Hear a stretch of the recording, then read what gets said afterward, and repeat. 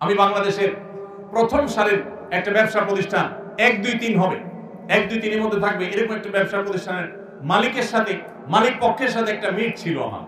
সেই মিটিং এ আমাকে যিনি পরিচয় করা দিচ্ছেন, তিনি পরিচয় করা থেকে বলেছেন যে হুজুরের অনেক বক্তব্য সোশ্যাল মিডিয়াতে আছে ইত্যাদি ইত্যাদি।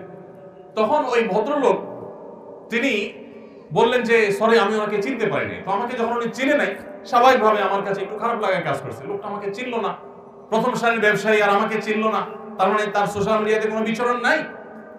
তখন উনি সাথে সাথেই নিশ্চিত করলেন যে ভাই, সত্যি বলতে আমার ফেসবুক বা ইউটিউবে কখনো ঢোকার সুযোগ হয় না এবং এই অ্যাপগুলোই মোবাইলে নাই। তার এই কথা শোনার পর আমার আবার ওই যেটুকু কষ্ট হয়েছে সেটুকু ভালো লাগায় পরিণত হয়ে গেছে এবং রূপান্তর হয়ে গেছে। কোন প্রতিষ্ঠিত মানুষ যার দ্বারা বড় কিছু করা সম্ভব হয়েছে, মোবাইলে আসক্ত ছিল সে, এটা কোনোদিনই সম্ভব নয়। যারা মোবাইলে সারাদিন ঘন্টাকে ঘন্টা স্ক্রল করতে থাকেন এইভাবে, অনুবীক্ষণ যন্ত্র দিয়ে যদি দেখা হয় তাহলে আমাদের আঙ্গুলের এই জায়গাটা দেখা যাবে ক্ষয় হয়ে গেছে। কারণ এই মোবাইল স্ক্রিনে এই পরিমাণ ঘষা হয়, ঘষতে ঘষতে ঘষতে ঘষতে আপনি লক্ষ্য করবেন ফেসবুক বা ইউটিউবে আপনি যখন এগুলো টানতে থাকেন, এটার কোনো এন্ডিং নেই, শেষে এসে ঘুরতে থাকে, মানে লোড হচ্ছে, আপনি অপেক্ষা করেন। কোনো এন্ডিং আছে?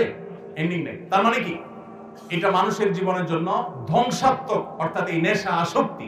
আপনি সোশ্যাল মিডিয়া ব্যবহার করেন, মোবাইলকে আপনি ব্যবহার করেন, মোবাইল যদি আপনাকে ব্যবহার করে তাহলে আপনার ধ্বংস নিশ্চিত। কোনোভাবেই আপনি মোবাইলের আসক্তি থেকে বের হতে না পারলে আপনার জীবনে ভালো কিছু করা সম্ভব হবে না। সবাই মোবাইলের আসক্তি থেকে বের হয়ে আসবো তো ইনশাআল্লাহ। এই জন্য প্রথমত যারা ছাত্র মানুষ তারা সাধারণত বাটন ফোন খুব বেশি দরকার হলে ব্যবহার করবেন, স্মার্টফোনে যাবেন না। আমি প্রায় সময় বিভিন্ন জায়গায় শেয়ার করার চেষ্টা করি। আমার 17 বছরের ছেলে আলহামদুলিল্লাহ এসএসসি পরীক্ষা দিয়েছে, হাফেজ হয়েছে, মাদ্রাসা পড়ছে। আমার এই ছেলে, তার কোনো ফোন নাই, কোচিং এ যায়, পড়তে যায়, তার কোনো ফোনের প্রয়োজন হয় না। অতি সম্প্রতি একটা বাটন ফোন তাকে দেওয়া হয়েছে সীমিত সময়ের জন্য, এবং এটাতে সে হ্যাপি, এমন না যে তার মনে কষ্ট আছে, সে নিজেই চায় না তার কোনো ফোন থাকুক, কারণ এই ফোন আমাদের সোনালী জীবনকে ধ্বংস করে দিবে। ভাইরা, আমাদের এই সত্য সিদ্ধান্ত গ্রহণ করতে হবে, বাটন ফোনে চলে আসতে হবে। আপনি যদি 6 মাস বাটন ফোনে চলে আসতে পারেন, দেখবেন ওই আসক্তি থেকে বাঁচা আপনার জন্য সহজ হয়েছে।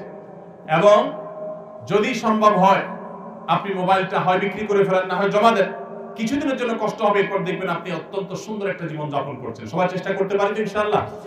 আল্লাহ তাআলা আমাদেরকে মোবাইলের মাদকতা থেকে বেঁচে থাকার তৌফিক দান করুন, সোশ্যাল মিডিয়ার মাদকতা থেকে বেঁচে থাকার তৌফিক দান করুন। ভাইরা আমার, তৃতীয় মাদকতা হলো আমাদের যৌবনের যে উচ্ছলতা। এই উচ্ছলতার ফলে অনেকে আমরা মেয়েদের প্রতি আসক্ত হয়ে তাদের সাথে অবৈধ সম্পর্কে লিপ্ত হয়ে যাই। বিশেষ করে পশ্চিমা সভ্যতার যে থাবা, এই থাবা মিডিয়ার মাধ্যমে, নাটকের মাধ্যমে, সিনেমার মাধ্যমে, নানা মাধ্যমে আমাদের সমাজে ছেয়ে গেছে, যার কারণে আমাদের তরুণদের চরিত্র ধ্বংসের দ্বারপ্রান্তে চলে গেছে। আমি আপনাদেরকে আজ উদাহরণ আহ্বান করতে চাই, আপনার এই চরিত্রকে আপনি হেফাজত করুন। আমাদের প্রিয় নবী সাল্লাল্লাহু আলাইহি ওয়াসাল্লাম বলেছেন, যে ব্যক্তি তার দুটি অঙ্গকে হেফাজত করার, এটাকে অপাত্রে ব্যবহার না করার ব্যাপারে সংকল্প করবে আর এই দুটি অঙ্গের দায়িত্ব নিবে, নবী সাল্লাল্লাহু আলাইহি ওয়াসাল্লাম বলেছেন আমি তার জান্নাতের দায়িত্ব নিলাম। তার একটি হলো ঠোঁট, মুখ। এই মুখ দিয়ে সে কখনো মাদক গ্রহণ করবে না, মুখ দিয়ে মিথ্যা বলবে না, মুখ দিয়ে গালমন্দ করবে না, মুখ দিয়ে মন্দ কথা বলবে না, গায়ের জোর খাটাবে না, মাস্তানি খাটাবে না, গুন্ডামি করবে না, অপরাধ করবে না, বেয়াদবি করবে না, এই মুখ দিয়ে কোনো অন্যায় করবে না।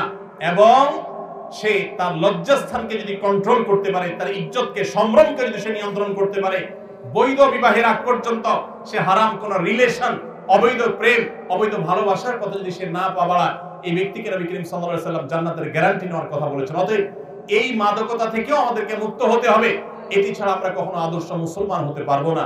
আল্লাহ তাআলা আমাদের সবাইকে সব ধরনের মাদকতা থেকে, সব ধরনের ভয়াবহ থাবা থেকে, সব ধরনের এডিকশন থেকে, সব ধরনের আসক্তি থেকে আমাদের যুব সমাজকে বেঁচে থাকার তৌফিক দান করুন। আমরা সবাই মাদক থেকে দূরে থাকার চেষ্টা করবো তো ইনশাআল্লাহ। মনে রাখবেন, 5 ওয়াক্ত নামাজে যদি আপনি অভ্যস্ত হন, সৎ সঙ্গী যদি আপনি অবলম্বন করেন, মোবাইল ফোনের নেশা থেকে যদি আপনি বেঁচে থাকতে পারেন, তাহলে এই 3টি কাজ আপনার ক্যারিয়ারকে সুন্দর করবে, আপনার পারিবারিক বন্ধনকে মজবুত করবে, আপনার ভবিষ্যৎকে উজ্জ্বল করবে এবং আপনাকে ভালো মানুষ হতে সাহায্য করবে। আপনি আদর্শ যুবক হতে পারবেন, আপনি সফল মানুষ হতে পারবেন। মনে রাখবেন, আমার ডানে বামে যারা বসে আছেন তারা অনেকেই আপন আপন জায়গায় তাদের ক্যারিয়ারে তারা সফল মানুষ। আপনি লক্ষ্য করে দেখবেন, তাদের সাথে কথা বলে দেখেন, ছাত্র জীবনে তারা কেউ, তখন তো স্মার্টফোন আবিষ্কার হয়নি, বা স্মার্টফোনের ব্যবহার ছিল না সেভাবে, তারা কেউ কিন্তু এ জাতীয় কোনো বিষয়ে আসক্ত ছিলেন না। ছাত্র জীবনে যারা এই সমস্ত বিষয়ে, আমি যে কয়েকটা মাদকের কথা বললাম, এই সমস্ত মাদকতায় যারা আসক্ত থাকেন, এদের দ্বারা জীবনে কোনো কিছুই করা সম্ভব হয় না। তাদের দুনিয়া ধ্বংস, আখিরাতও ধ্বংস। একটা সময় আফসোস করে তখন আর ব্যাক করার, পেছনে আসার কোনো সুযোগ থাকে না। আপনি যত সফল মানুষ দেখবেন তারা পড়াশোনা করেছেন, ছাত্র জীবনে মনোযোগ দিয়ে সামাজিক কাজ করেছেন। আপনারা যুবক, এটি একটা যুব কল্যাণ সংঘ, রেজাকপুর মানব কল্যাণ যুব সংঘ, আপনাদেরকে আমি বলতে চাই মানুষের কল্যাণে কাজ করেন। আপনারা দেখেন আজকে আমাদের আসুন্নাহ ফাউন্ডেশন থেকে আমরা কোটি কোটি টাকা চ্যারিটি করছি সারা দেশে, সারা দেশের প্রান্তে প্রান্তরে। আপনারা অনেকে হয়তো জানেন না, আমি ছাত্র জীবন থেকে, আমি খুব ছোট থাকতে আমি মানব সমাজমূলক নানামুখী কাজ করার চেষ্টা করতাম। আমি মাত্র পড়াশোনা শেষ করেছি এবং একটা মসজিদের দায়িত্ব নিয়েছি মিরপুরে। তখন বাগেরহাটে সিডর হয়েছে। সিডরের আঘাতে লন্ডভন্ড হয়ে গেছে বাগেরহাট খুলনার ওই অঞ্চলটা। এক ট্রাক কাপড় চোপড়, পুরাতন কাপড় চোপড় ঢাকার মিরপুর এলাকার মানুষের ঘরে ঘরে গিয়ে তাদের কাছ থেকে কালেকশন করে 1,16,000 টাকা একটা বান্ডেল নিয়ে মসজিদ কমিটির দায়িত্বশীলদেরকে সাথে নিয়ে আমি সশরীরে সিডর এলাকায় গিয়েছি। সেখানে একাধিক মসজিদ নির্মাণ করেছি ভিন্ন উদ্যোগে। আর এই টাকাগুলো আমরা এবং এই কাপড় চোপড়গুলো সেখানে বিতরণ করেছি, খাদ্য বিতরণ করার চেষ্টা করেছি। ভাইরা আমার, আপনারা যারা বয়সে তরুণ, আপনাদেরকে আমি বলবো, আপনার রাস্তাঘাট কালভার্ট যদি ভেঙে যায়, স্ব উদ্যোগে স্বেচ্ছাসেবা দিয়ে, নিজের শ্রম দিয়ে সেটাকে ঠিক করার জন্য, মেরামত করার জন্য আপনারা উদ্যোগ নেন। আপনারা গরিব মানুষ, সবাই মানুষ কারা আছে তাদের অভাব দূর করবার জন্য উদ্যোগ নেন। এই যে কোরবানির ঈদ আসছে, কারা গরিব মানুষ তাদের বাসায় কোরবানি হচ্ছে না, তাদের বাসায় কোরবানি গোশত পৌঁছে দেওয়ার জন্য উদ্যোগ গ্রহণ করেন। আপনারা যখন এরকম সমাজমুখী উদ্যোগ গ্রহণ করবেন, মাদক এবং এই জাতীয় যে সমস্ত অভিশাপ আমাদের সমাজকে চোখ রাঙাচ্ছে, কিশোর গ্যাংয়ের যে অপরাধ চক্র আমাদেরকে চোখ রাঙাচ্ছে, ইনশাআল্লাহ এই অপরাধ ধুয়ে মুছে আমাদের সমাজ থেকে পরিষ্কার হয়ে যাবে। অতএব আপনারা সবাই এই মানবিক এবং সামাজিক কাজগুলো করতে প্রস্তুত আছেন তো ইনশাআল্লাহ? আল্লাহ তাআলা আমাদের সবাইকে মাদককে না বলে কোরআনের পথে, সুন্নাহর পথে, ইসলামের পথে আসার তৌফিক দান করুন। 5 ওয়াক্ত নামাজ সবাই জামাতের সাথে পড়বেন তো ইনশাআল্লাহ? সকল প্রকার খারাপ বন্ধু আজকেই আপনার লিস্ট থেকে ডিলিট করে দিবেন, ঠিক আছে তো ইনশাআল্লাহ? এবং তাতে যত কষ্ট হয় হোক, এক সময় দেখবেন আপনি এটার জন্য অনেক বেশি আনন্দিত হবেন। আল্লাহ তাআলা আমাদের সবাইকে আমলের তৌফিক দান করুন। আসুন্নাহ ফাউন্ডেশন, উম্মার স্বার্থে, সুন্নাহর সাথে।